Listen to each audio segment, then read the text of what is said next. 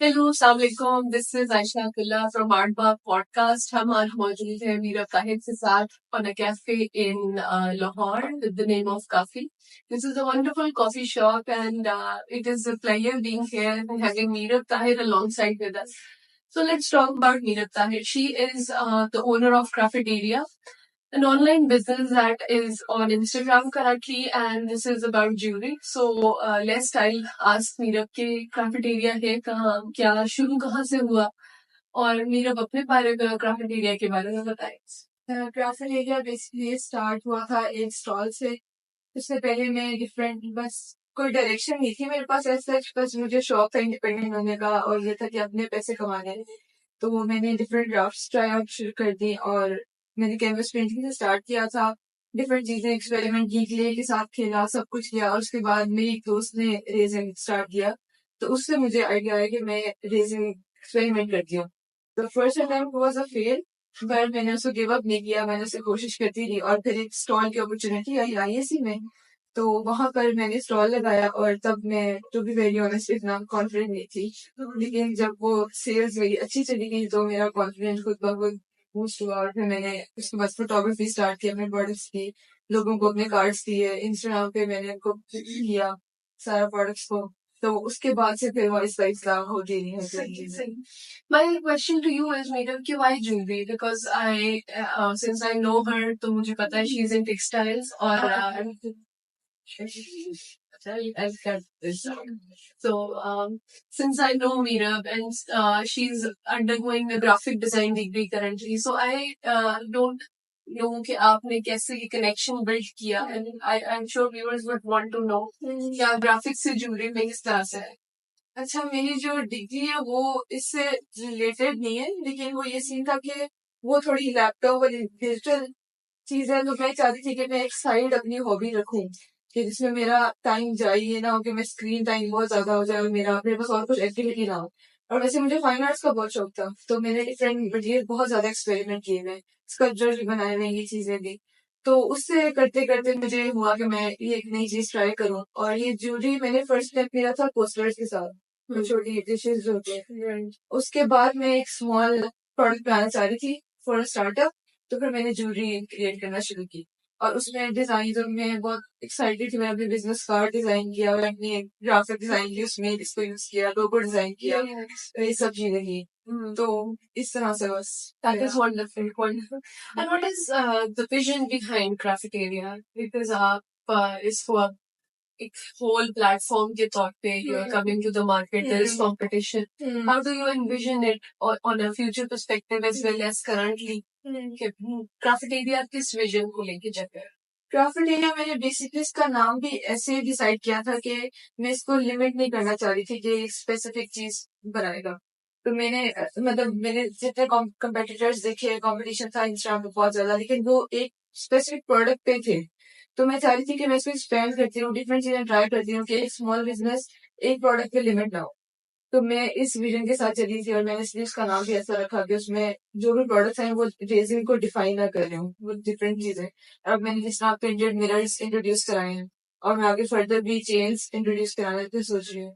तो वो सब कुछ उसमें कलेक्टिव एक प्लेटफॉर्म आ जाए जिसमें सब कुछ कलेक्टिवली हो रहा है। ये इसका था। That is wonderful to know, mashallah. And already currently I'm wearing Cafeteria jewelry as well, and it's super comfortable, and I really feel cool about these earrings that I have right now, and I took it from Meerup, of course. So I also want to know कि इन इतने intriguing pieces हैं, there is detail into them, there is a foil की detail, resin की detail, color की detail, and form in itself, the cuts you have achieved. So I want to know the process behind it. Process मेरा ये होता है कि मैं जब बनाती हूँ सामने अपने मोल्ड्स रखती हूँ और फिर मैं सारे कलर अपने सामने रखती हूँ और फिर मैं बहुत थॉट पुटिंग करती हूँ कि मैं क्या कलर कॉम्बिनेशन यूज कर रही हूँ। तो मैं डिफरेंट कलर्स ट्राई करती हूँ और फिर मैं देखती हूँ किसके साथ सिल्वर लीफ जा रहा है, किसके साथ गोल्ड लीफ जा रहा है। तो सारा बहुत थॉट पुटिंग करके मैं उसको सोचती हूँ और फिर डिजाइन करती हूँ उसको। और ये सारे मेरी कोशिश होती है कि मिनिमल डिजाइन हो, जितना मिनिमल हो सकता है। मैं सारे कलर्स एक में डालना नहीं प्रेफर करती। तो कोई क्राफ्ट्समैनशिप की आप स्पेसिफिक टेक्निक्स यूज करी है या it's all your personal technique और हैंडमेड? तो आपने कोई कहीं से इसको सीखा? Did you take any lessons for that? or is it your own way of exploring jewelry? नहीं, ये मैंने रेजिन तो ये तो केमिकल होता है ना बेसिकली, तो इसको तो मैंने यूट्यूब से सीखा था, ट्यूटोरियल्स देखे थे और वहीं से मुझे मोटिवेशन भी आई थी। लेकिन वैसे टोटली मेरा ये अपना यूनिक होता है, डिजाइन भी और सब कुछ मैं खुद ही सोचती हूँ। लाइक पिंटरेस्ट में मैं देखती हूँ पर मैं उनको कॉपी नहीं करती। मेरे अपने कलर कलर कॉम्बिनेशन भी खुद ही सोचती हूँ और ये सारा कुछ। और मीनू आपकी जो इंस्पिरेशंस है for your upcoming collection, where do you draw your inspirations from? Personally, I took a lot of inspiration from Pinterest. उसके अलावा मैं अपने competitors को बहुत ज्यादा देखती हूँ कि वहाँ उनके चीजों में क्या चीज नहीं हो रही और वो मैं कहती हूँ कि अपने डिजाइन में इंट्रोड्यूस करा। जैसे मैं देखती हूँ कि बहुत मिनिमल डिजाइन बहुत कम होते हैं, लाइक हर चीज डाली होती है या कलर्स बहुत कॉन्ट्रास्ट नहीं कर रहे होते, कॉम्प्लीमेंट नहीं कर रहे होते एक दूसरे को, तो वो मैं कहती हूँ कि मेरी डिजाइन में वो चीज होनी चाहिए। Agreed, that is true, because coming from an artist perspective, this is very important कि आपकी self identity जो है वो reflect हो रही हो आपके pieces पे, the intricacy that माशाल्लाह you're very delicate and that decent personality, तो आपकी pieces में भी बड़ी नजर आ रही है कि intricate pieces होते हैं, delicate pieces होते हैं। कोई कलेक्शन है आपकी फेवरेट या some piece that is very close to your heart जो आप बहुत ज्यादा यूज करते हो या एडवाइस करती हो, सजेस्ट करती हो? It's actually the one you are wearing right now, क्योंकि इसको बनाना थोड़ा मुश्किल है। इसमें गोल्ड लीफ ऐसा होता है कि गोल्ड लीफ जब यूज होता है ना इस तरह के पीसेस में, तो वो बबल्स बहुत ज्यादा क्रिएट हो जाते हैं, तो बहुत पीसेस डिस्कार्ड करने पड़ते हैं, वो एक फर्स्ट अटेम्प्ट में सही नहीं बनता, तो वो बार बार मुझे क्रिएट करना पड़ता है। तो मुझे सबसे ज्यादा जो है ना यही होता है कि ये और मुझसे अच्छे बिक रहे होते हैं। वेरी नाइस, सही। अच्छा, अभी तक का सबसे बड़ा चैलेंज जो ग्राफिक एरिया ने फेस किया हो? चैलेंज मेरे लिए सबसे पहला तो ये था कि जब मैंने स्टॉल लगाया था फर्स्ट अपना, तो उसमें ये था कि मेरे इंस्टाग्राम पे तब कुछ भी नहीं था और मैं लोगों को बिजनेस कार्ड दे चुकी थी। तो मैंने अब उसकी फोटोग्राफी करके तो एज सुन एज पॉसिबल अपने इंस्टाग्राम पे भी पोस्ट करना था, क्योंकि लोग ऑब्वियसली आएंगे उधर और देखेंगे कुछ पोस्टेड नहीं है, तो फिर वो कस्टमर्स लूज हो जाएंगे। और दूसरा चैलेंज मेरे लिए ये था कि मैं अपनी स्टार्ट में अपनी बहुत पर्सनैलिटी से रिलेटेड डिजाइन बना रही थी, लेकिन फिर जब मैंने स्टॉल्स और इस तरह के सेल करना शुरू किए तो मुझे रियलाइज हुआ कि हर कोई मेरा डिजाइन प्रेफर नहीं करता, कि जिस तरह की मेरी पर्सनैलिटी है या मिनिमल हो या उस तरह। तो मुझे अपने उसमें थोड़ा सा बाहर आने में थोड़ा मुश्किल था कि मैं डिफरेंट कलर्स ऐसे ट्राई करूं जो मैं कभी ना पहनूं। तो और वो काफी ज्यादा बिक रहे थे, तो मुझे उससे रियलाइज हुआ कि हमें थोड़ा सा अपने उससे बाहर आना चाहिए स्टाइल से और दूसरों के स्टाइल को भी थोड़ा सा करना चाहिए। सही। तो how over the years your style has evolved creatively and professionally? आप जब बहुत ज्यादा कंपटीशन देख रहे होते हो ना, बहुत ज्यादा कंपेटिटर्स को देख रहे होते हो और फॉलो कर रहे होते हो, तो आपको खुद ब खुद स्टाइल जो है ना डिफरेंट और बिल्डअप होना शुरू हो जाता है, वो आपके स्टाइल से हट भी जाते हैं। और ये चीज मैं कहूंगी कि नहीं भी होनी चाहिए, कि आपका वो पर्सनल एक रहना चाहिए, क्योंकि आप कंपेयर भी करने लग जाते हो खुद को और ये सब चीजें आ जाती हैं। लेकिन ये होता है कि आप सीख रहे हो चीजें और डिफरेंट लोगों के काम ट्राई कर रहे हो, अपने उसमें अपने तरीके से एक्सपेरिमेंट करो उसको। तो इस तरह से मैं करती हूँ कि उनके पकड़ती हूँ और फिर उसमें कुछ अपना डाल के तो एक नया डिजाइन क्रिएट करती हूँ। Wonderful, wonderful. अच्छा, however she is discussing कि बहुत intricate और delicate design है और obviously फिर उसका customer niche हो जाता है, but I also know people who are her customers and they loved her work from the recent exhibitions of Art Bang and ISC collaborations, and they loved her और उनकी personality is a total opposite. The friends I have, वो मुझे बार बार पूछते थे कि यार वो business ढूंढ के बताओ जो ये वाले प्रोडक्ट्स, हाँ, प्रोडक्ट सेल करता है और सिल्वर्स का आपका एक नेक पीस है सिल्वर्स में, I guess it's a facial expression silvers, and she was such a big fan of where it is, and वो पर्सनालिटी, शी इज माशाल्लाह very bold and very colorful, उस तरह की personality, and she was wanting to have your product. So it's not necessarily, कभी कभी हम अपने जो है customers के बारे में एक opinion रख रहे होते हैं, but other side of the picture is something else. तो I see कि there are a blend of customers जो आपकी jewelry को पसंद करते हैं, and yes, there is a hell of a competition in this particular niche. Jewelleries की exhibition पे एक बहुत बड़ी प्रोडक्ट रेंज होती है, most of the stalls are for jewelry. And yes, there is a hell of a competition in this particular niche. Jewelleries की exhibition पे एक बहुत बड़ी प्रोडक्ट रेंज होती है and most of the stalls are for jewellery. तो ये मेरा एक एक्सपीरियंस ज्वेलरीज के साथ रहा है that most of people coming from craft perspective make their handmade jewelries. So any personal competitor जो अभी तक आपने देखा है? एक्चुअली ये चीज मुझे स्टार्ट में जब स्टार्ट करने लगी थी तो मुझे कंपटीशन देख के थोड़ा सा हो रहा था कि मेरे प्रोडक्ट्स क्यों बिकेंगे जब ऑलरेडी इतना काम हो रहा है. तो मैं बहुत ज्यादा क्वेश्चन कर रही थी कि पता नहीं होता है कि नहीं होता इस तरह से ना. लेकिन ये होता है कि मैंने ये रियलाइज किया अपना जितना भी एक्सपीरियंस है उसमें कि आपका प्रोडक्ट आपका ही है, वो कोई और नहीं बना सकता और आप किसी और का नहीं बना सकते. तो ऐसा नहीं है कि अगर किसी का बिक रहा तो आपका नहीं बिकेगा.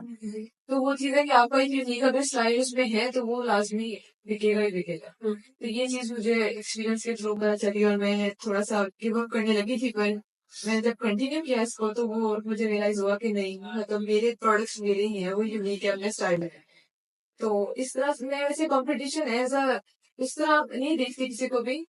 बस ये है कि उनकी चीजें देख के उनके स्टाइल देख के थोड़ा इंस्पायर होती हूँ और फिर उसको कोशिश करती हूँ कि अपने उसमें बेहतर लेके आऊँ अपने product. Very nice. I like the motivation behind it and the intention as well. दोनों चीजें आपकी बहुत since the intentions are good. या फिर जब आपकी एक honest product के साथ bonding होती है, then automatically it reflects into the product. सही ना. So, Meera, do you customize as well? Yes. Right. So, what is the process like? If the viewers want you to make something of their style, so how do they contact you?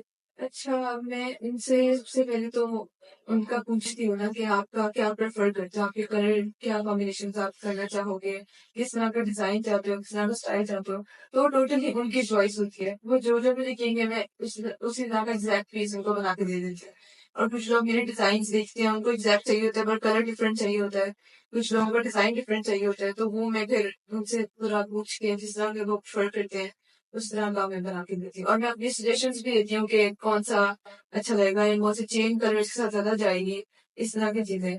तो वो इस तरह से होता है. Wonderful. I think अब मैं अपनी सारी नेक्स्ट कस्टम ज्वेलरीज के लिए भी रखूँ कांटेक्ट करने वाली. अच्छा, एक और चीज होती है when you are owning a brand और ब्रांड जो स्लोली ग्रेजुअली मार्केट का पार्ट बन रहा होता है और एक आपकी नीश आइडेंटिफाई कर रहा होता है, there is an impact that the brand is creating. How do you think that cafeteria can impact to the positivity of the society?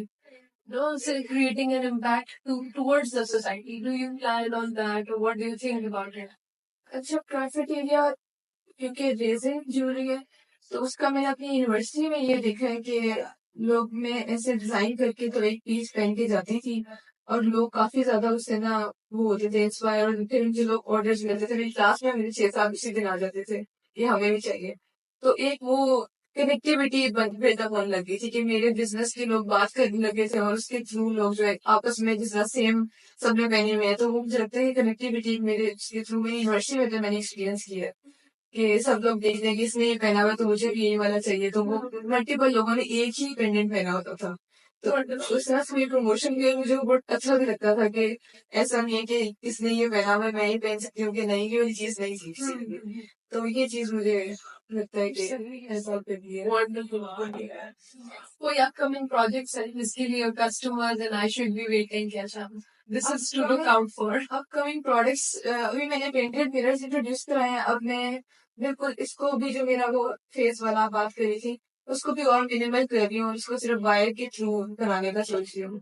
उसके अलावा मैंने दराज पे अकाउंट बनाया है, इसको मैं अभी एक्सपेंड करूंगी. मैंने स्टार्ट किया है तो वो सोच रही हूँ कि उसके ऊपर भी काफी प्रोडक्ट्स लेके जाऊँ क्योंकि दराज में मैं देखती हूँ काफी ज्यादा बिजनेस चल रहे हैं अच्छे. तो व्हाई नॉट. अच्छा, एक है. अच्छा, एक और क्वेश्चन है मेरा आपसे, थोड़ा शरारती क्वेश्चन है. If you vision to see someone wearing your jewellery, तो कौन होगा? Some celebrity, someone you look up to. I think it would be Farida Kalo. If I'm deeply inspired by her work और Very उनकी nice. जो bold और उस तरह की personality है तो I feel like I imagine her wearing my colorful and vibrant kind of piece जो कि उनके मैक्सिकन कल्चर को भी थोड़ा सा रिप्रेजेंट करें और मैं उनके स्टाइल में ही बनाना चाहूंगी इसको। सही, वेरी नाइस, इंस्पायरिंग इनफ। अच्छा, I would also want to ask you कि अब सिंस बहुत लोग हैं जो अपने छोटे छोटे ज्वेलरी पीसेस या प्रोडक्ट्स लॉन्च करना चाह रहे हैं, वो कुछ एडवाइस अगर लेना चाहें फॉर समवन जो एक बिजनेस स्टैंड कर चुका है, तो what do you advice the youngsters? एक तो मैं ये एडवाइस दूंगी कि स्टार्ट करते वक्त आप बिल्कुल भी डरो नहीं, मतलब उसको क्वेश्चन ना करो बहुत ज्यादा कि होगा नहीं होगा। जितना आप करोगे उतना ही आप जो है ना प्रोक्रेस्टिनेट करते रहोगे और स्टार्टअप नहीं होगा।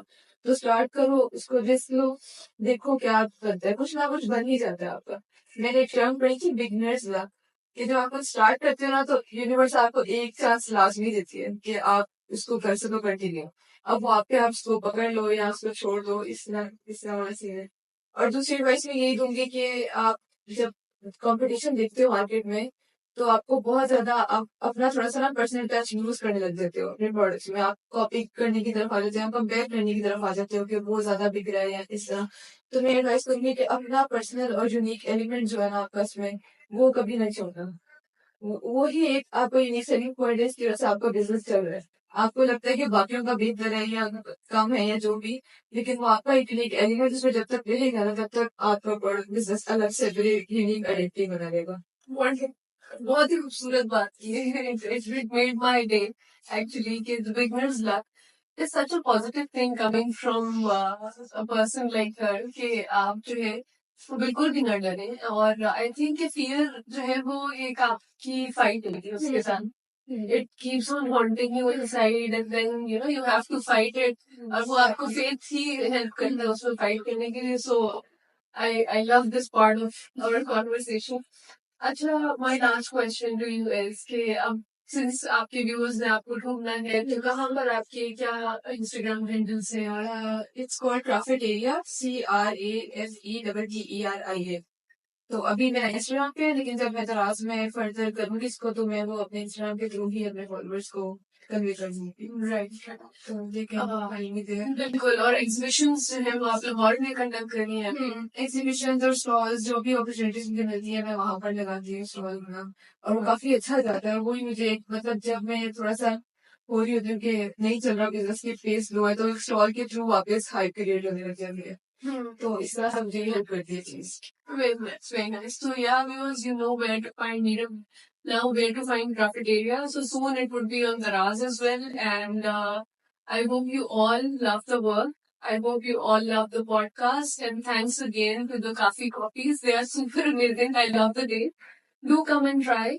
And do stay connected to artworks and art pieces and art entrepreneurs like Meera Tahir. And Artbag is there to empower the artists, to people who are working solely on their own products, on their own creative aspects. So we are always hunting people जो अपना खुद का काम कर रहे हैं.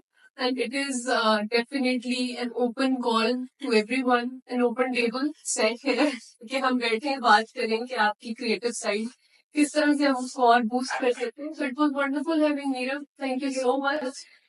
Love your products. If you can see on the other side of the frame, her neck pieces, her earrings, her mirrors. So I love them. You also go follow her and find out what is your best piece. Thank you so much. Signing off from Artbark Podcast. Thank you.